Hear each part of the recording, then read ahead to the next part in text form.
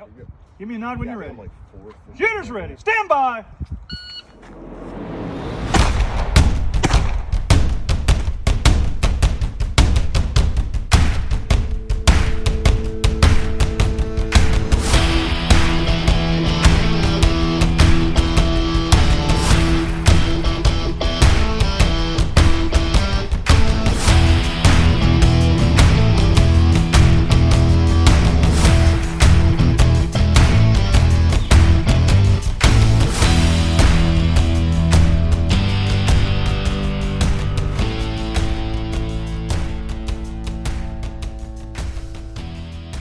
Hey everyone, welcome to this episode of Bullets and Bourbon. Tonight we have a very special guest. It is Col Gregory Jones. He is currently the Weapons Training Battalion Quantico's commanding officer. He's also the team captain of the Marine Corps shooting team, as we call it.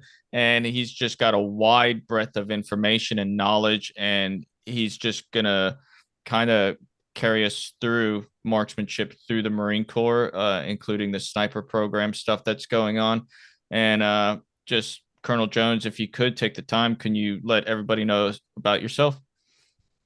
Yeah, thanks, Matt and Frank. I like doing these. I've done a couple of these with Gunner, but certainly I think it's important to talk to folks about marksmanship. I talk to every TBS company and give them their high shooter awards, and I just remind them that the slogan "Every Marine's a Rifleman" is only propaganda if we allow it to be. And throughout my career, I've probably done better at ensuring that in certain regards, and not as good in other regards. But it's important to talk about it because it's about lethality. It's about winning the nation's battles.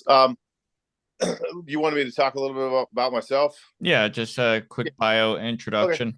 Too easy. Just, as it relates to marksmanship, infantry officer, I think that's the most important thing.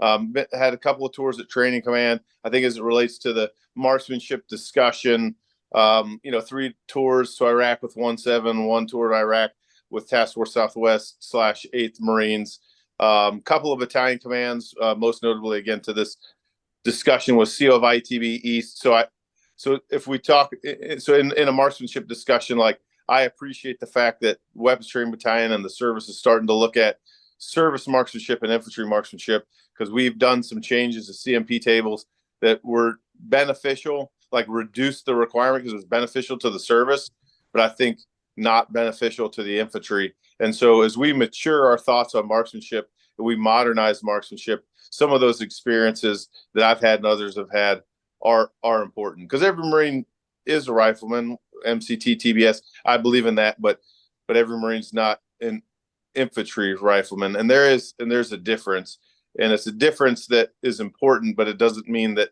non-infantry Marines have less of of service or lesser in importance in the Marine Corps, especially not as we go into force design and we're looking at killing enemy ships. That's not going to be done by 5.56 through 308 762. So I think, unless you got anything else, I think that's probably good for just an opening and sort of some bona fides on being around guns and marksmanship for a while. So I think we do have a little overlap. You were in ITB, I think whenever I was over at MCT, you were there, around 13, 14 time frame? Yeah, I had 14 and 16 with Colonel Connor, Jeff Connor, and Colonel Steve Wolf were the COs. Okay. Yeah, I had left there mid 14. So okay, little overlap. Yeah, we did. Sir, thanks again for joining us. But you've served across a wide swath of units, and you've been around and you've seen the Marine Corps change so much in terms of service weapons, technology, optics. What service weapon is like your go-to? Something that you'd probably get a version on your own if you could. And then we'll go with another selection for what's your personal favorite weapon. And we're okay with honorable mentions for this one. Yeah, no, that's a great question. And so as we talk about marksmanship modernization, we talk about this a lot, right? So the ARQ done by, that transition, certainly supported by the service, lots of gunners and marksmanship aficionados help with that. Don't want to steal it all for Weapons Training Battalion, but the Weapons Training Battalion did do a lot of that transition. And what we sort of joke about now and talk about in relation to what's in the future for marksmanship modernization, that rifle range, and again, my history might not be exactly correct, so bear with me, but that rifle range was developed in 1907, and I think the service rifle at the time was probably the 1903 Springfield, a bolt gun with iron sights, right? And so my predecessors that were pushing the ARQ through to really end up being the first significant change in service rifle qualification in 100 years, over 100 years, dealt with a lot of naysayers, right? And certainly we should be confused, we should be concerned because it is a big deal, but like we're not thinking, like sometimes our own propaganda can get in its way. We're looking at scores where we have 60% of the service prior to the change at like over 60% as expert. And I think the average score right now, talking to my buddy Mike Arnone, Colonel Mike Arnone, who's the CO Weapons Field Training Battalion, Paris Island, their average is like a 315 on table 1. So I mean, it's right, but why is that? Is it because like our PMIs are better than ever? Maybe, or maybe it's because we got an M16A4 with a 4-power variable scope called the RCO on top of it, right? And so the test is bad, and the test is old and outdated. I won't say bad, and now we have a better test. So as that leads into like, what is my go-to for service rifle? I mean, my gosh, the IAR, the SCO, along with the PVS 31 Bravos. I mean, that's my time in the service. That's the most awesome weapons and optics suite that we've had ever. I mean, the IR is an H&K platform, a floated barrel. I mean, you just can't compete with that. I showed up and we had the M16 A2. I mean, I remember having a fixed carrying handle on the optic and pulling the Ranger handbook as a good source document as a platoon commander. And you know how we would do like night vision is you tape up a chem light and duct tape. You tape it in the carrying handle, and then you cut a rectangular swath down the chem light that would through the peep sight, right? So you flip up the peep sight, and you can better see the peep sight and the front sight post, right? And then with mount, you do a C clamp, and your finger points down the barrel, and you just point your finger in the corner at the target and pull the trigger, because we didn't have lasers, right? And we started, and that was a really rapid change throughout my first my time as a platoon commander, to go from like 1980s into the 2000s, right? And I mean, I wasn't a lieutenant for that long, but go from 1980s technology into 20th or 21st century, whatever it is, technology. So I would go to, I mean, really the service, especially for the infantry, has just done an outstanding job, I think, in buying high quality weapons and optics. What else did you want me to talk about? Personal weapon, just something you shoot on your own time. Oh, sure. Yeah. I mean, I probably, like a lot of Marines, right? You're comfortable, you're familiar with ergonomics and buttonology of the AR platforms. So I've got an AR-15, my hunting rifle is an AR-10. And, certainly in the AR market, there's plenty of stuff online that you can soup up. So I've done that. Different types of optics, on my AR-10s, my hunting rifle in North Carolina for whitetail deer. I got a precision buttstock on there, and I'll probably work to float the barrel. Did recently get a Sega variant and shotgun, so that's been an interesting, interesting endeavor to go through an AR platform and move from a rifle to a shotgun, and just figuring that out. So certainly, a lot of the Marines on the teams and Staff Sergeant Goking has helped me figure it out how to do that. But that's generally what I shoot from a rifle perspective. Yeah, great picks all around. So I was reading through your bio, and I tend to pick out, deployments, where you've been geographically. And then I saw that you did some time at the Joint POW MIA Counting Command. I believe that's a part of DPAA, if I'm not mistaken there.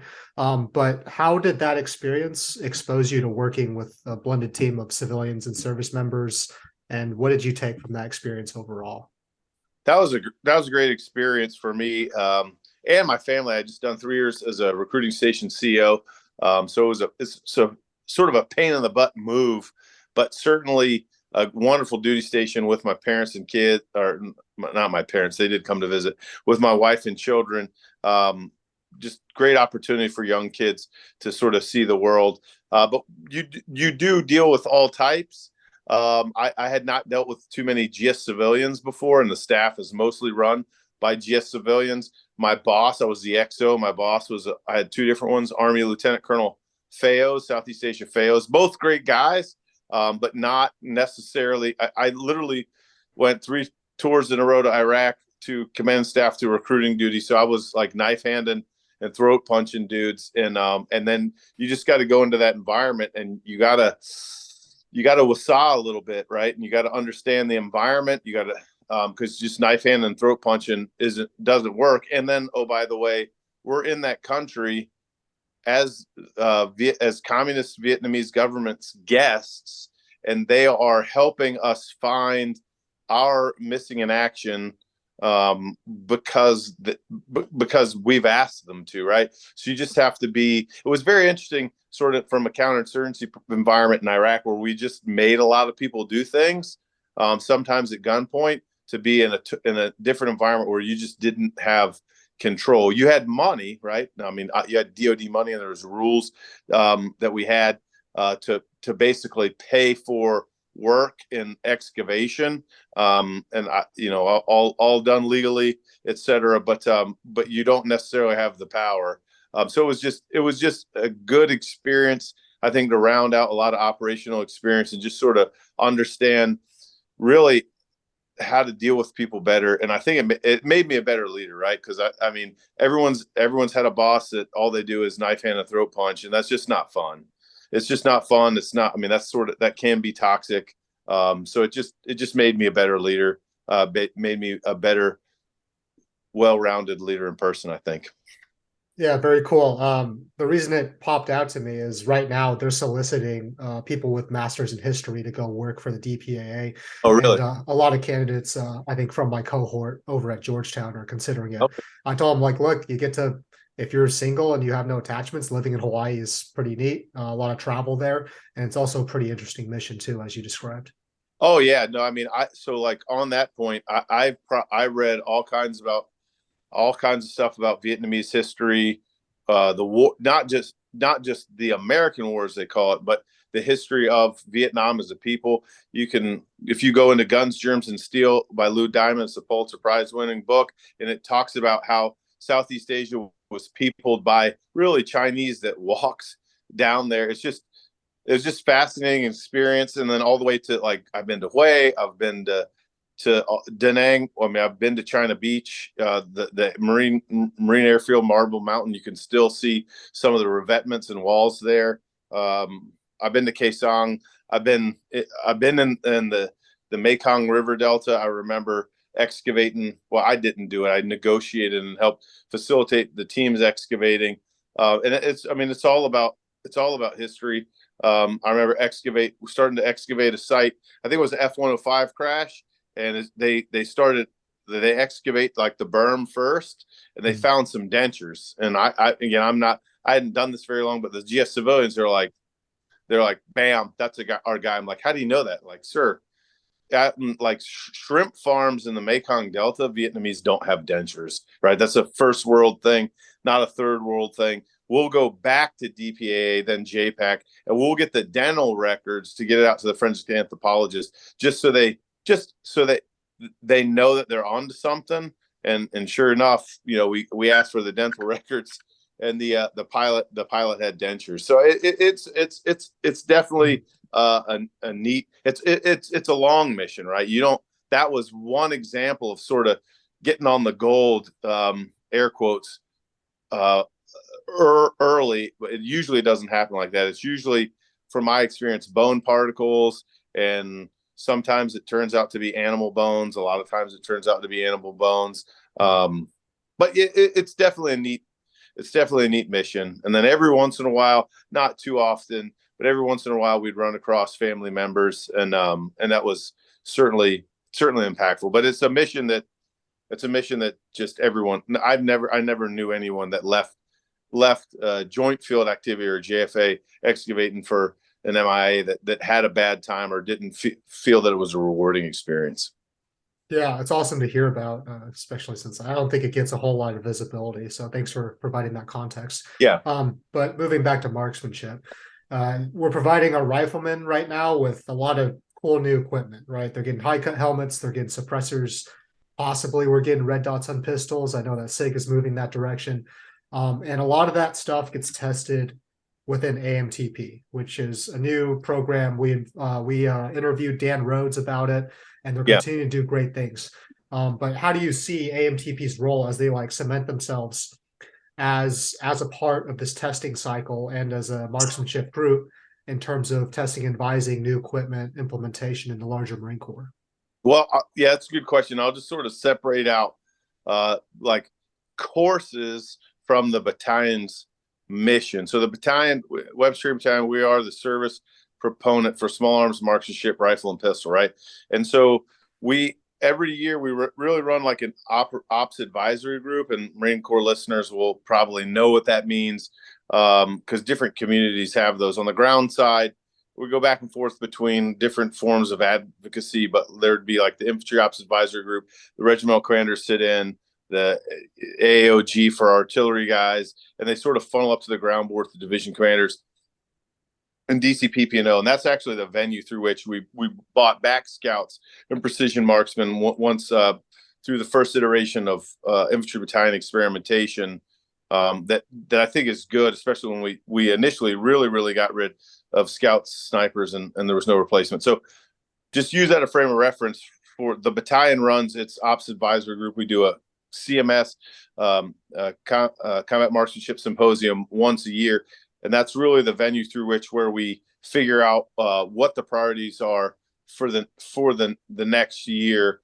And that's where the combat-based lethality assessment, which is a gap analysis that the TECOM asked CD&I to do about 2018, and that was the gap analysis that led us to a lot of modernization and experimentation. AMTP, or the Advanced Marksmanship Training Package, is an output of that gap analysis, but and it looks at different types of shooting that we need to do, in this case for the infantry, and it matches, I think, a needed, again, we talked about like my go-to service rifle, the IAR, the squad common optic, and the PVS 31 Bravos. That's a different weapon.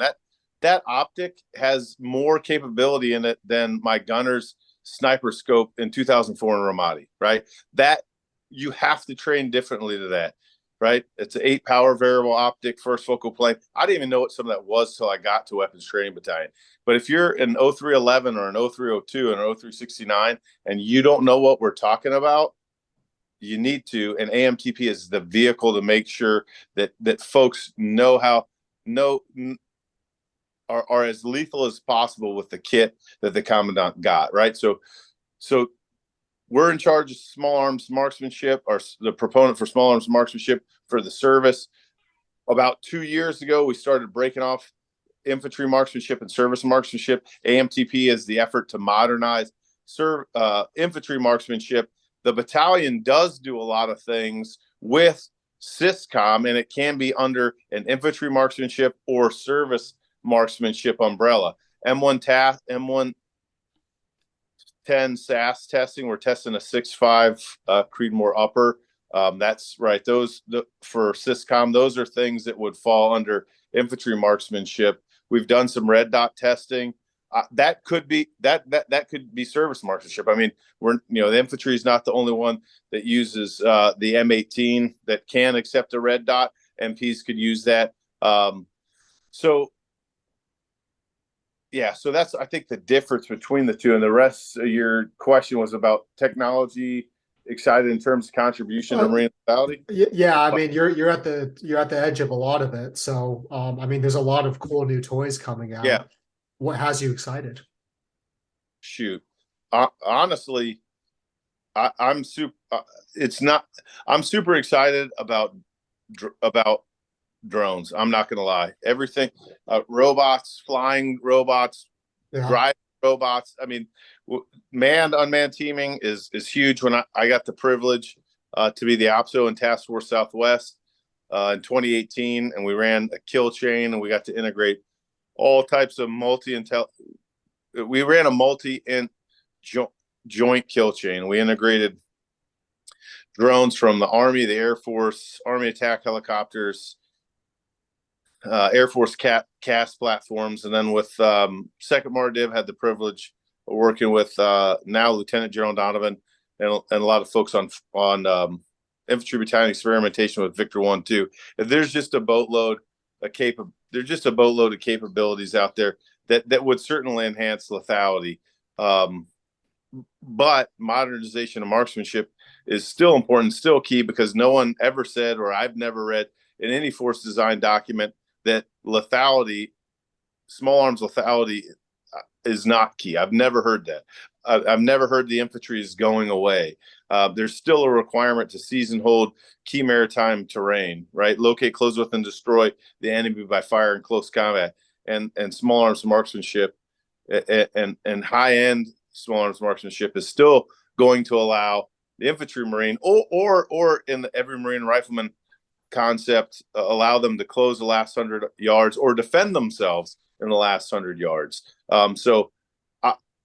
There's some really good stuff the Commandant has purchased from an infantry weapons kit perspective, but I'm most excited about a lot of different communications pathways and that allows us to integrate intelligence and do some kill chain, kill web stuff with flying robots is pretty neat, and I think game changing.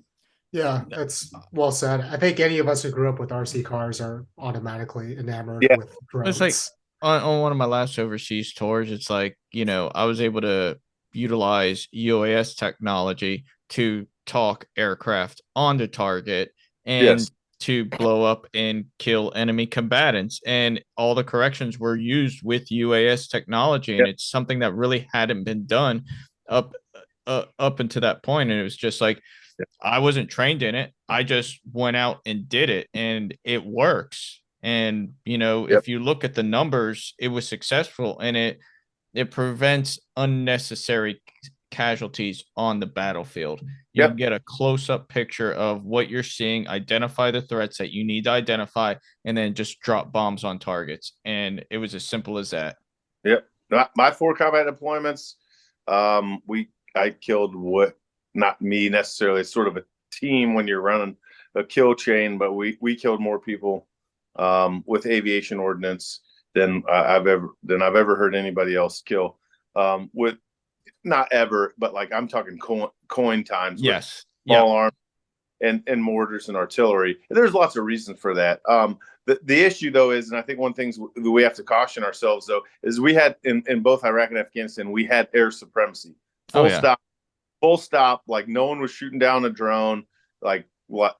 We weren't even that nervous about getting mortared or artillery fired against us. And this is going to be different, but because it's different, like, and there may be times when you don't have a cast stack in drones, or you may have some group 1 to 3 drones you're flying locally, but you might be alone and unafraid in force design like that. That brings us back to, you better be good with your service rifle and pistol, regardless of MOS. Because I think, if you push out, an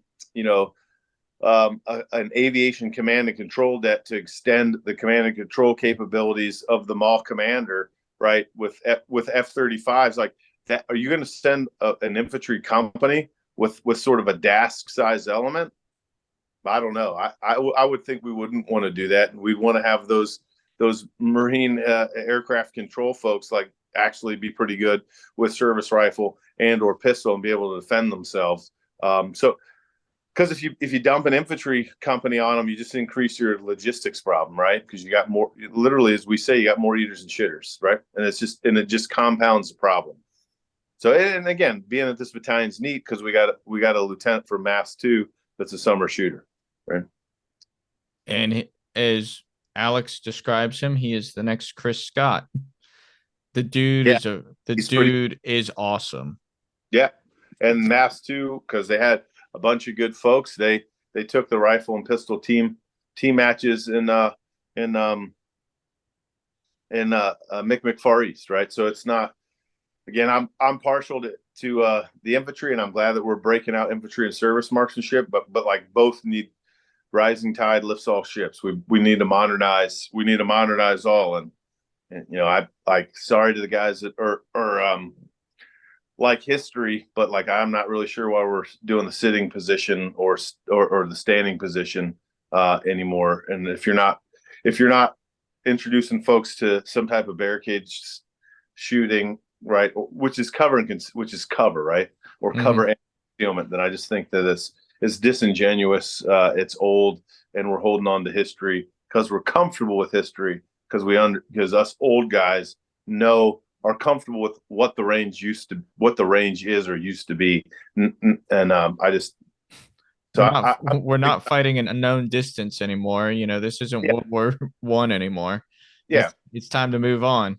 Yep, well, I agree. Yeah, there's trenches, and you probably have trigger lines. I mean, there's some of that's just good tactic stuff. If you have the time to put out trigger lines and know the distance, of course that you will. But if you don't have time to do that, and you have an optic with a reticle pattern in it, you probably should know how to use it. Well, it's like Mount is a perfect example of when you're not going to know the distance, because you could be getting engaged from 300 meters away. You could be getting engaged from 400 meters away. Dudes on rooftops. It's like you just don't know. And you have to make those on the spot decisions of knowing how to engage that enemy. Yep. And that's what we do at AMTP. We teach folks how to use the milled out reticle pattern in the SCO, both on stationary targets at unknown distances and moving targets. And obviously during MIC-MIX, whether you have an RCO or a SCO, we teach you how to do the same thing. So we're doing the best we can, especially the technology that the service has given us, to make sure that we have corresponding training plans. Because that's really hard to do with iron sights, right? Mm-hmm. So, we've already kind of touched on it a little bit, but how is Weapons Training Battalion pushing the envelope on quality and innovation in terms of weapons education to include ballistics, optics, and course weapons? A lot of that's done across the service through MIC-MIX. We don't talk enough about CMC and CMT coaches and trainers course. I mean, that's a service POI that we're in charge of. We're looking to, as we go into CCRB for October, for that, leveraging technology and putting more content online. We got to figure out how that'll be done, for how that can be amplified or maximized. I think there's 13 different FMTUs, 21 total, 13 that don't fall under Training and Education Command. Those would fall under Marine Corps Installations Command, but look at how much content can we put online. So then when you do go to the course, you're spending most of your time shooting, learning how to shoot, and learning how to teach other people to shoot. So that's an initiative.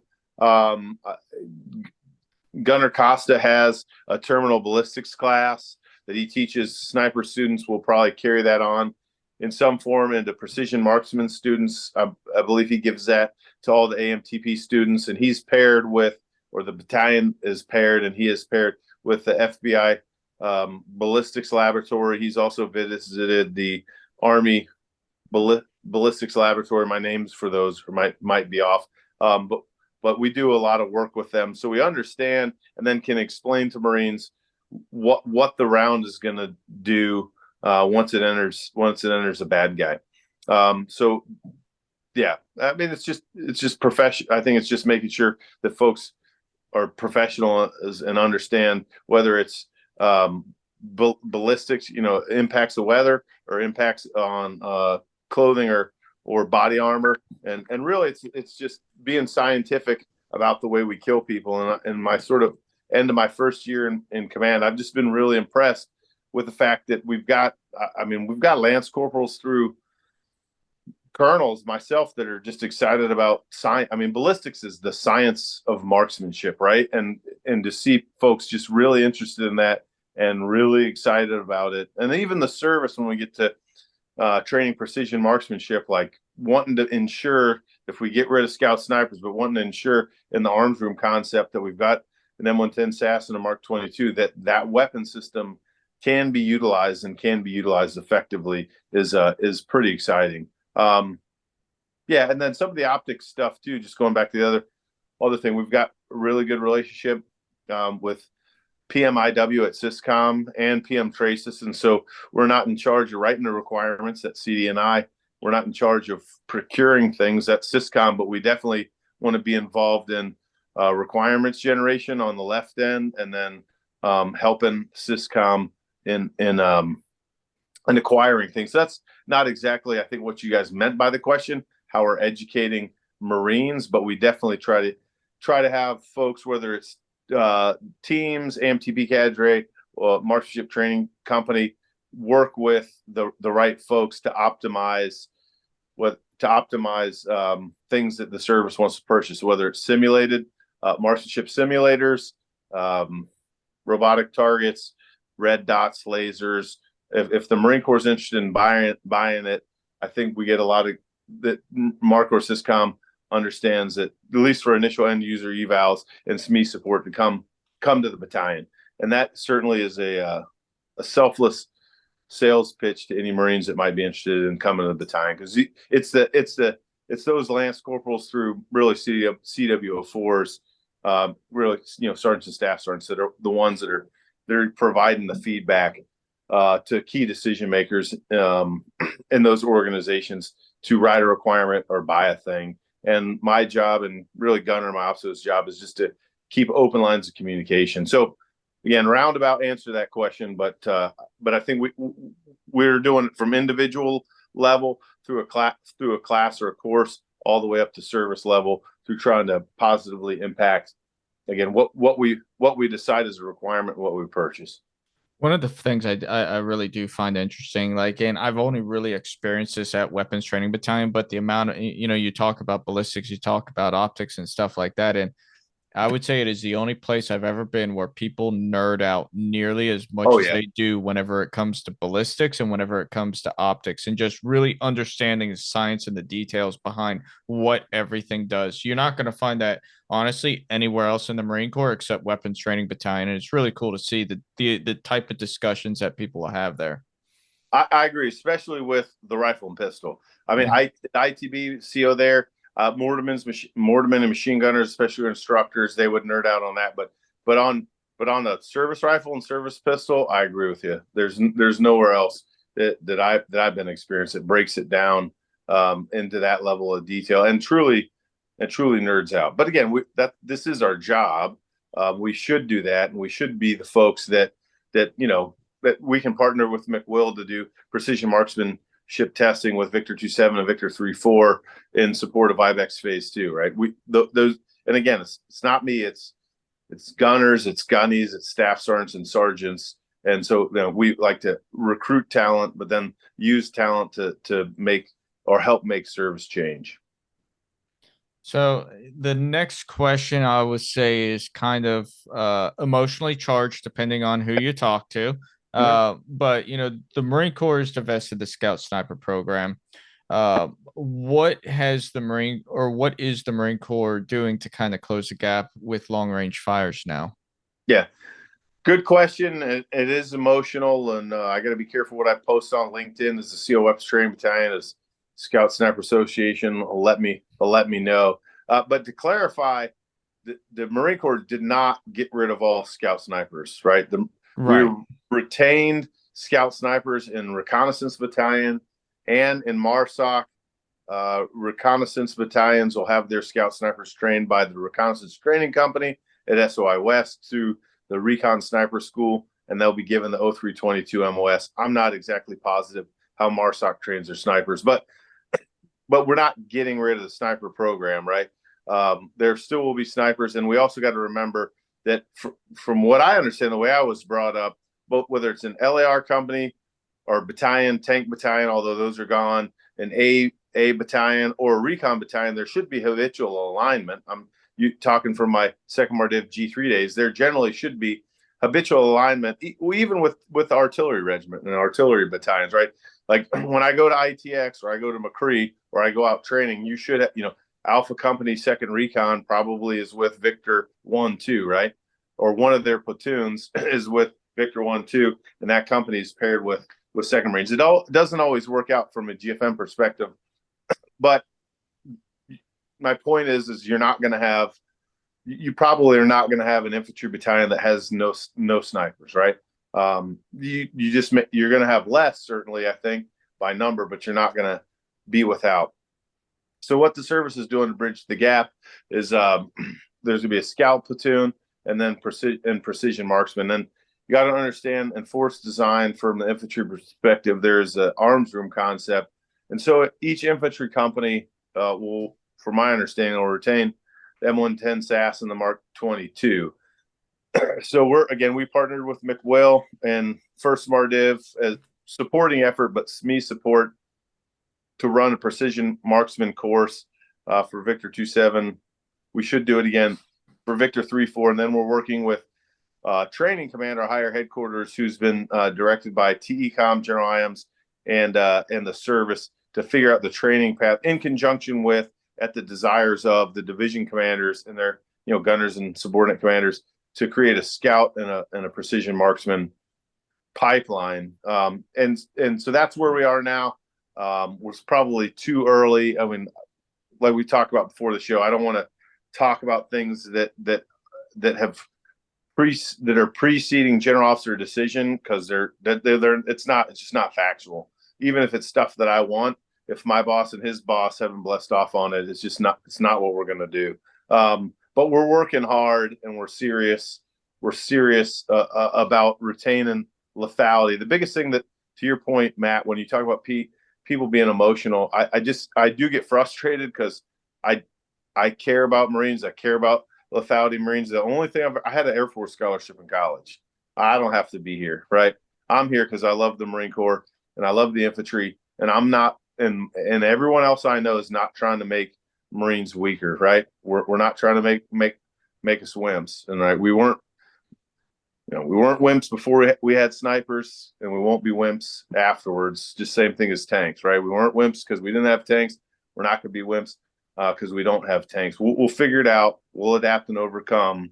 And the Marines Weapons Training Battalion, to guys like Staff Sergeant Legant and Gunny Solowinski and Gunny Bazone, they're snipers, and they're dedicated, whether they like it or not. They're dedicated to making sure that precision marksman POI is as capable as possible, and makes that lance corporal or corporal as deadly and lethal as he can be. No, I appreciate that. It does clarify a lot of things, and things happen. We will figure it out. The Marine Corps will figure it out.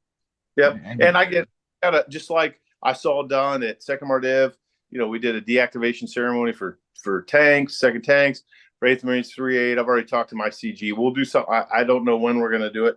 We'll do something for SSIS. I mean, there's been a lot of, that place tracks its history back to Carlos Hathcock. I mean, there's a lot of Marines in the service and aren't in the service that came through that schoolhouse. Obviously, a lot of combat veterans through multiple wars came to that schoolhouse. So we'll do what is right, and honor the legacy of those Marines. But it doesn't stop. I think there's a quote out there somewhere that I'm gonna mess it up, but Napoleon said something like,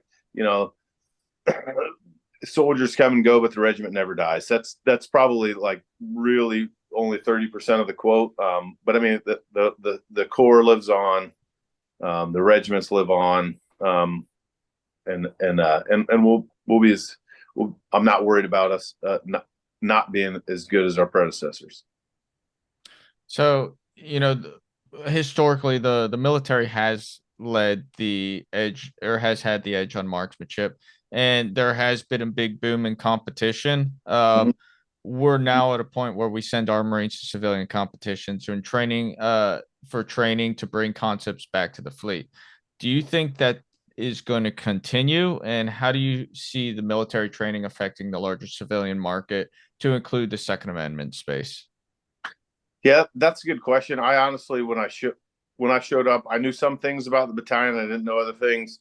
I think the Weapons Training Battalion was one of my top picks for supporting establishment 06 commands.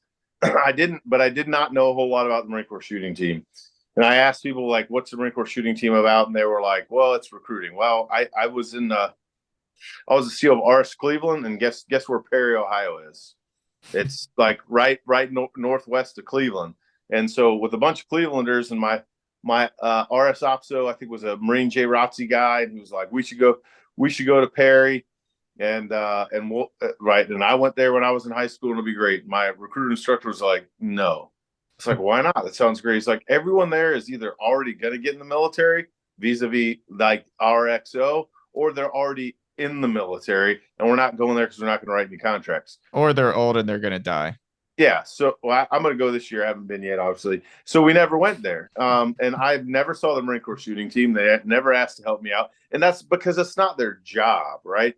The mission of the Competition in Arms program, for which the teams run, is to this is a paraphrase, but it's to increase the lethality of the total force.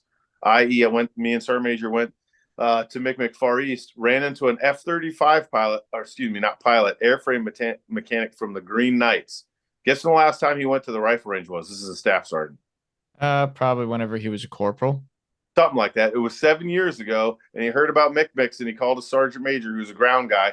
As the story goes, the staff sergeant told me, and I gave him a coin. He gave me a Green Knights patch, and he was like, "Hey, I want to go do this. I think it'll be great." Sergeant major was like, "Absolutely."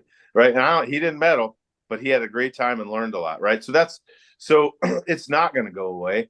We're going to continue to do it. We're probably going to tweak what we do. But like, just for example, like the red dot question. I mean, we have tested red dots with Syscom, right? Or to figure out if are dots better than like a laser for night shooting on your rifle. The answer was no. We probably need to invest into better lasers, right? So we're definitely not going to do it now. That I've asked the teams to look at different types of competition, because I believe that they should bring back best practices from a marksmanship perspective to bring that back into the MCMC. So, for example, this year was the first time I think, well, ever,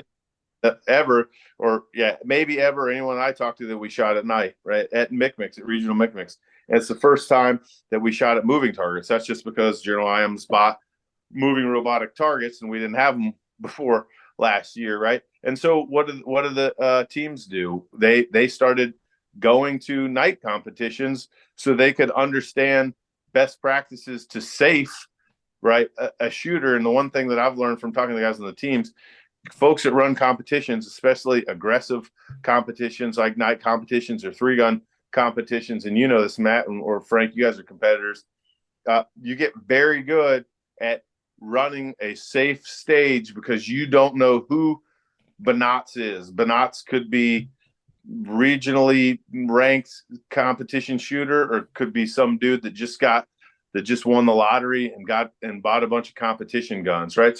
So they know that their job is, just like the rest of the battalion, is to enhance the lethality of the FMF. And so when they go to competitions, we want them in competitions that are in the action discipline, i.e. look like combat marksmanship.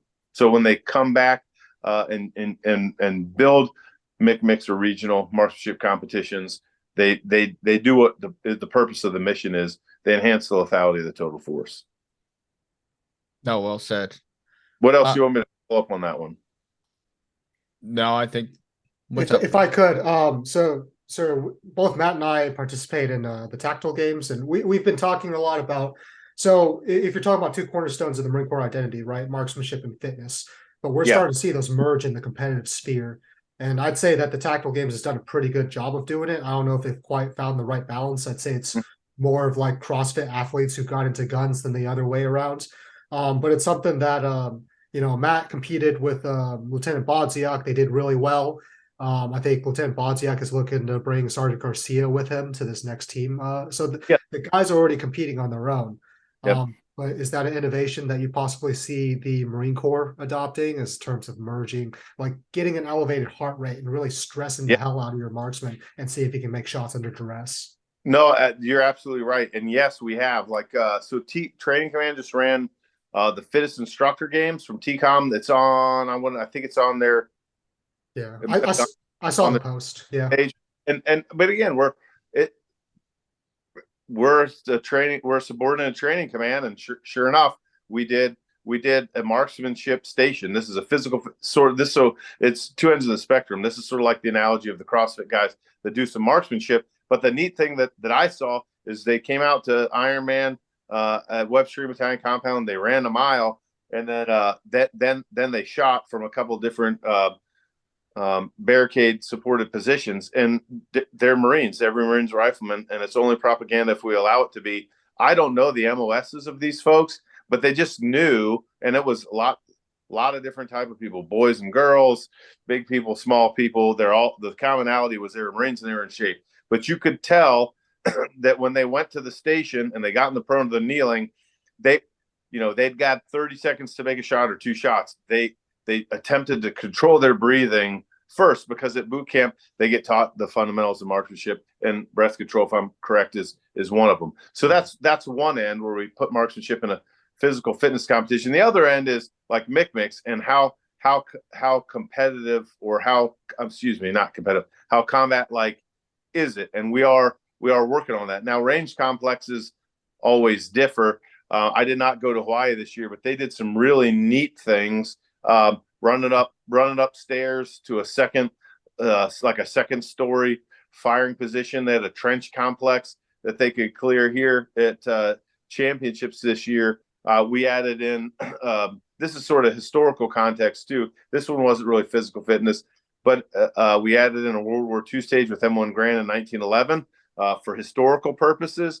But we also added in some multi-gun stages, or pistol rifle stages, which a lot of infantry Marines don't get to do that much, normal Marines. But there was a significant amount of movement and sprinting from one bay at SAT over to the other for that purpose. And again, you'd see the same thing.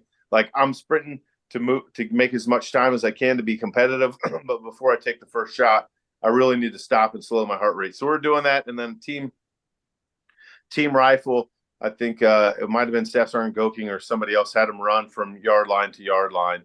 So we're actively seeking to do that. Again, the 3-gun team does a lot of that, and I'll forget the names of the competitions, but we've asked them to go out and do those competitions, to think through stuff. The problem that we always have, and you guys know this, is throughput, right? So the more PT we do, probably the less shooting that we're doing. And I already do get some gruff from folks about not doing any high power at all. I guess the advantage of high power is you could push a lot more people through. Yes. Arguably not realistic training. Well, the metrics that I understand is mix when we did a lot of high power, you could pull about 300 competitors through. And now when we're doing action combat shooting, we're only doing, I think, talking to Captain Williams and Master Sergeant Capco, we cap it at about 168. And we actually, it's a good problem to have. We've, from our perspective, we've had to turn people away. Now, it's a bad problem from their perspective, because their unit let them go shoot and they couldn't. So that's when I talk to older folks that are in the Marine Corps about negatives of combat action shooting, that certainly is one of them. But again, I'd rather have less people shoot something more realistic than more people shoot something that is of a bygone era, I think. Absolutely agree. I couldn't agree more. Yeah.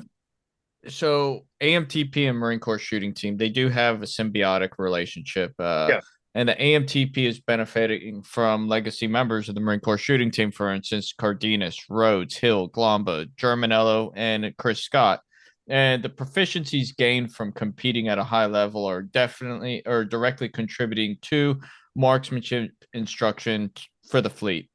How do you view the relationship between the Marine Corps shooting team and AMTP going forward into the future?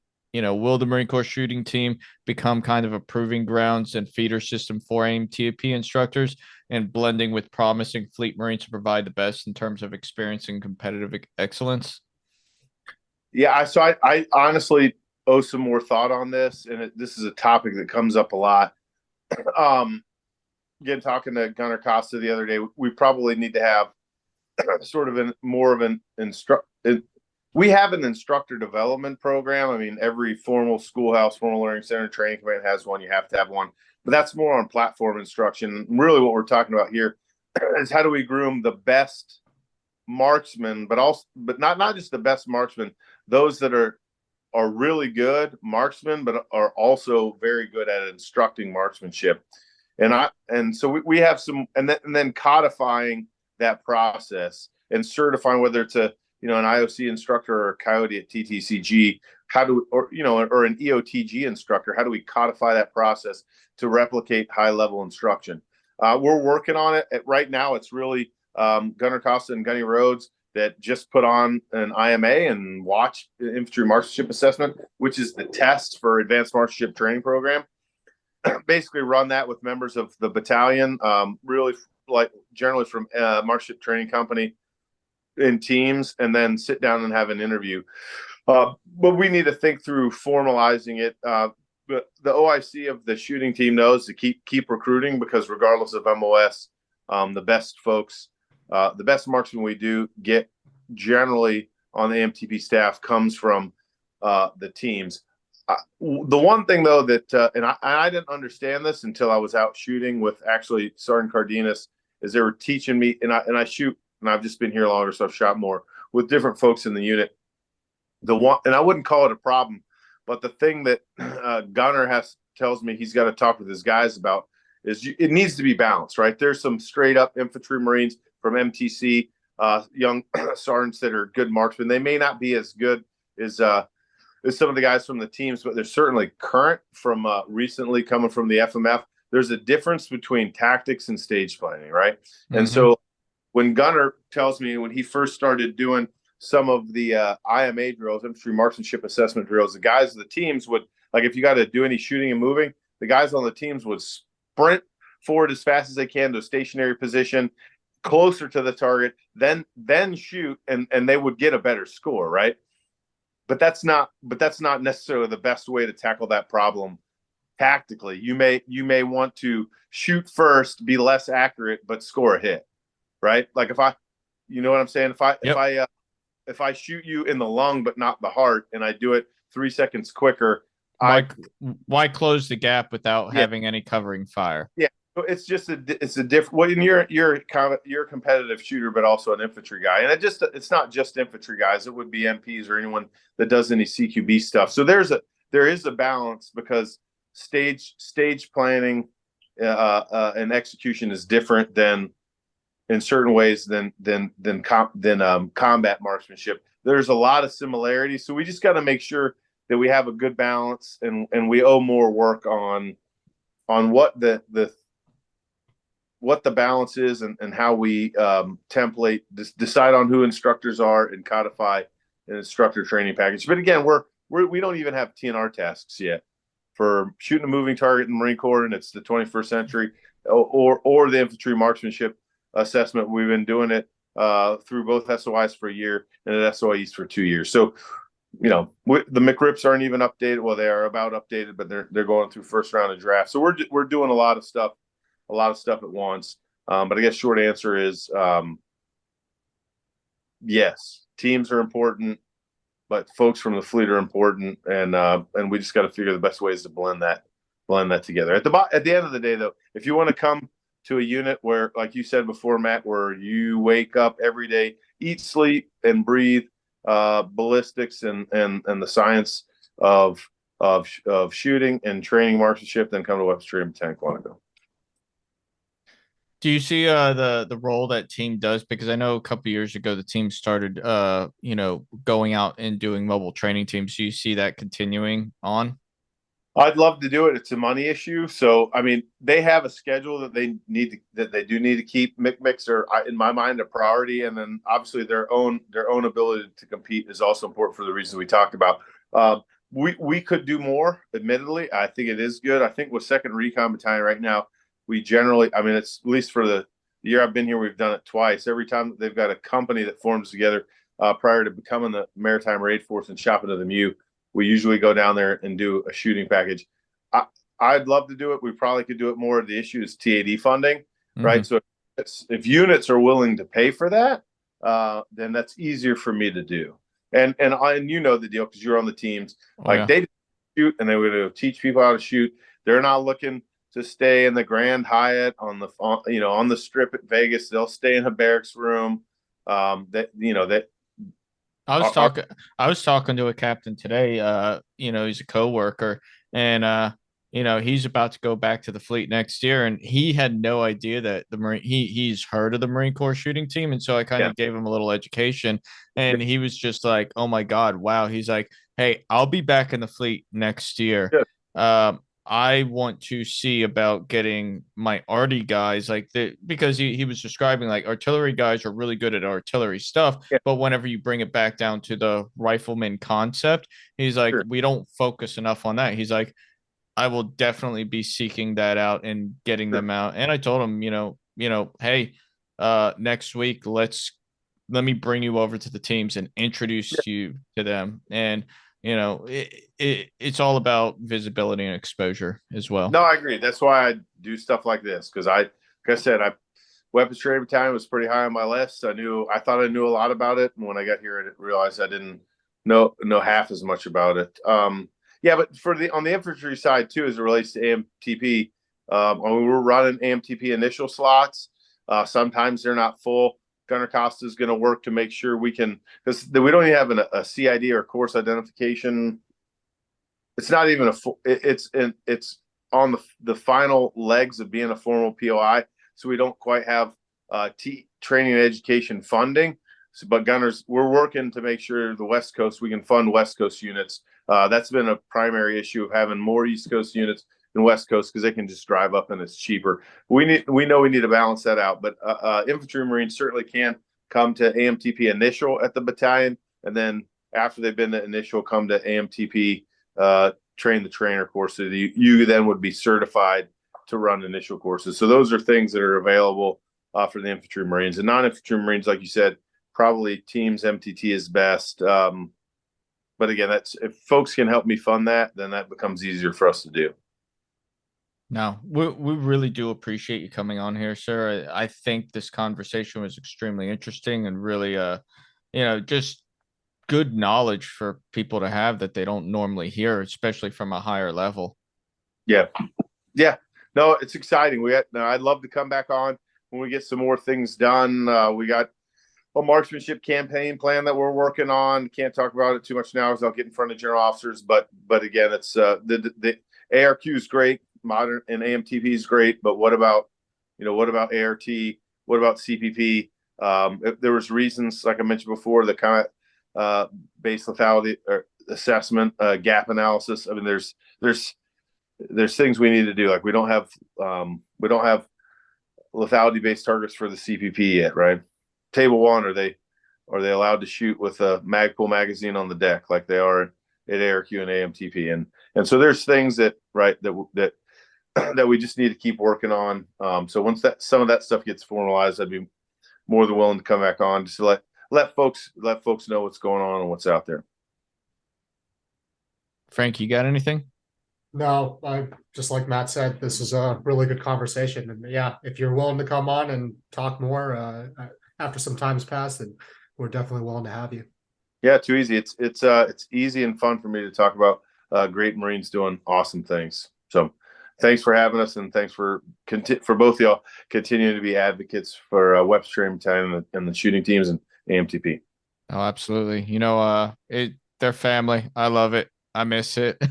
But to our listeners, we hope you enjoyed this. We hope you got a different perspective on, higher level education, Marine Corps weapons training battalion as a whole, and the Marine Corps shooting team and what's being done at the service level. So if you guys have any interesting questions that you'd like to have for us or for Colonel Jones, let us know, and we'll be sure to get you some answers.